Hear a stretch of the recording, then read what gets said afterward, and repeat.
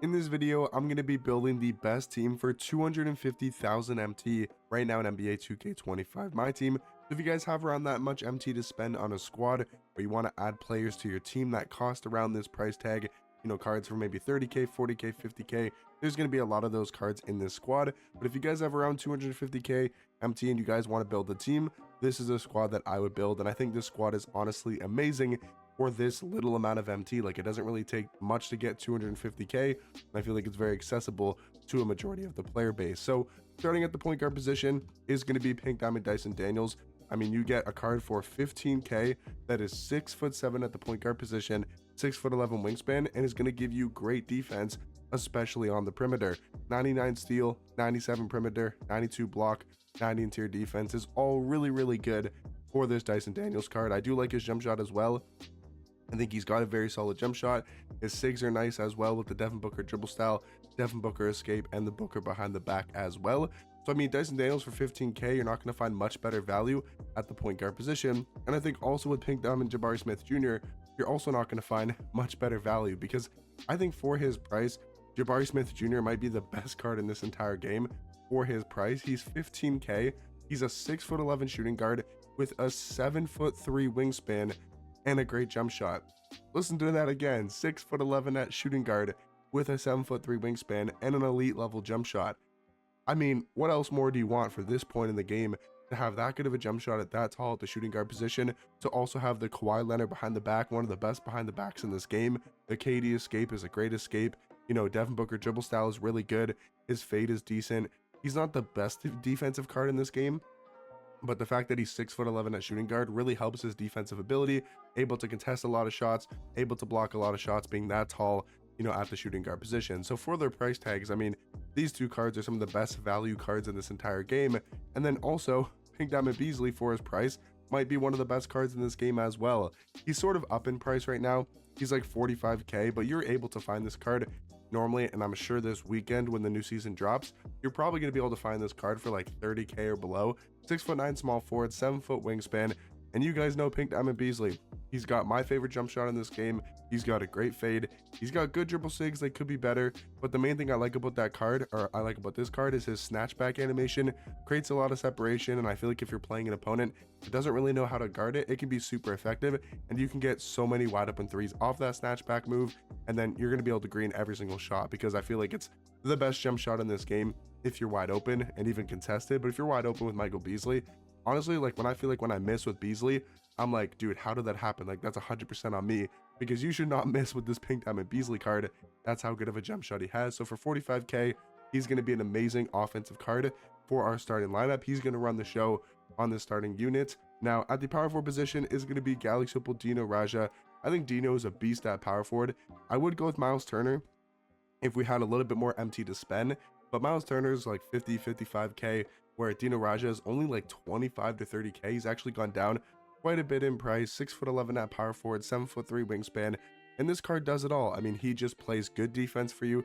He gets great defensive animations, great blocking animations. He's able to wall up really nicely. His player model is really good. His wingspan is good. Now I do miss the old days of like 2K22. Dino is one of the cards that I remember, and probably even in previous 2Ks as well. But if you guys remember, Dino used to have a 7'11" wingspan. Now it's not going to be that type of Dino. I kind of wish it was, because that Dino having a 7'11" wingspan would be really nice to have, but still 7'3" is really good. His jump shot's nice to have. Donovan Mitchell base, PJ Tucker upper on quick timing. It's a good catch and shoot jump shot, and I think for his price tag, especially for 25k, he's going to be an amazing addition to this squad. Now alongside Dino in the front court is going to be, if I could spell his name right, going to be Galaxy Opal Walker Kessler. There is not that many great budget centers in this game, guys. If I'm being completely honest, there's not that many. So do I think Walker Kessler is some crazy overpowered center card? No. Do I think he's as good as like a Dino, a Beasley, a Jabari, a Dyson Daniels? No, he's probably the worst card in this starting lineup, but we need a center on the team, and with this amount of MT, there's not that many options to choose from, and I think he's like good. I think he's a good card, but I'm not going to sit here and say like he's the best card in the game and look how good he is, because he's not that great. I mean, he's a good center. He's going to play good defense on the interior. He's just going to be fine. He's kind of like a filler piece on the starting lineup, because again, there's not that many great budget centers in this game at this point right now, but he is still pretty good. He's like 25, 30k. His jump shot's decent if you're able to green with it. Like, it's a decent jump shot. You just got to be able to get it down and be able to green consistently with him. So I do think the starting lineup has a lot of great balance between the offense and the defense. You have your lockdown defender in Dyson Daniels. He's going to be tall enough to guard anybody else on the floor that is really good offensively on the other team, other team's lineup. But then you also have the offensive ability with Michael Beasley to really carry the show. But then you also have Jabari and Dyson as kind of secondary and third ball handlers that can be great offensively. And then Dino and Walker Kessler, they're going to be good defensively. They have decent size at the power forward and center position. Now, talking about the bench, guys, off the bench, you're going to be like, why is this card coming off the bench? But we have Dark Matter Manu Ginobili. He's only 80k, and there's a reason why he's coming off the bench, because starting lineup wise, if we were to start him over Dyson Daniels, this might be our best 5-man rotation on this team for sure, because we have a little bit more offense and he's not that much worse defensively than Dyson Daniels. Like, he's definitely worse defensively, but it's not like a huge drop off, and he's going to give us so much more shot creation and so much more offense. If you wanted to run this 5, you could, but then the problem is I'm putting budget cards that are good defensively around Manu Ginobili. So we have Rocco, a backup shooting guard. We have the 7'2" small forward, and Alexis. He's another card that has a really good jump shot, 7'2" at small forward. But if you take a look at our bench, like, how are we going to score the basketball? We have Dyson, Rocco, Alexis. This is just not going to work. We have no offense. We have no shot creation. We have really good defense. We're going to be able to clamp up on the defensive end. So I think for me, to balance out the lineups more, it's better to have Dyson to be that lockdown on the starting lineup, because we need that lockdown. You have Jabari and Beasley, who are good defensively, but aren't like the craziest lockdown defenders in this game. And then off the bench, we need offense next to Rocco, next to Alexis. So we get Manu Ginobili, who's a 6'6" point guard. And like I was talking about, he's going to give us great offensive ability. He's got a good jump shot. He's got Pro 2 fade, and he's got great dribble sigs. He's got Trey escape, Trey size up, Booker dribble style, Dame behind the back. He's got really good sigs across the board, a good jump shot, and his stats are not that bad when it comes to defense. Like, he's not a liability whatsoever on the defensive end. And you might be calling me crazy for having an 80,000 MT card off the bench. I mean, he's our most expensive card, but I think it's worth it. I don't know if there's any other card better for 80k that we could have gone out and got.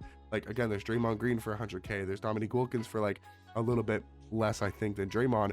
But those cards aren't as good offensively as Manu Ginobili, and we need offense off the bench. So I think for me, it just makes a lot more sense to have Manu Ginobili for 80k. I think he's really worth that price tag. We could have spent 80k on another card, and maybe you could think that's worth its price. I would have gone for Wemby if he was cheaper. Wemby was 80,000 MT, I believe, this past weekend. I probably would have put Wemby in the squad over Walker Kessler and gone for a different point guard, but Wemby's back up to like 100,000 MT, so not able to afford that card. Because yes, we're putting obviously budget cards off the bench here, like Pink Diamond Kelaware, who, I mean, he's under 10k, but he is so good for that price tag. And then also Pink Diamond Porzingis for about like 20-ish K, 25,000 MT. I feel like this bench lineup is going to get the job done. You have really good offense with Manu Ginobili. You have great defense with Rocco. He's going to be our lockdown defender. I mean, that small forward card is 7'2" with an amazing jump shot. Austin Reeves base, Donovan Mitchell upper on very quick timing. It's a great jump shot. And then Kelaware and Kristaps in the front court, where you got a 7' power forward, 7'2" center. Both have really good jump shots.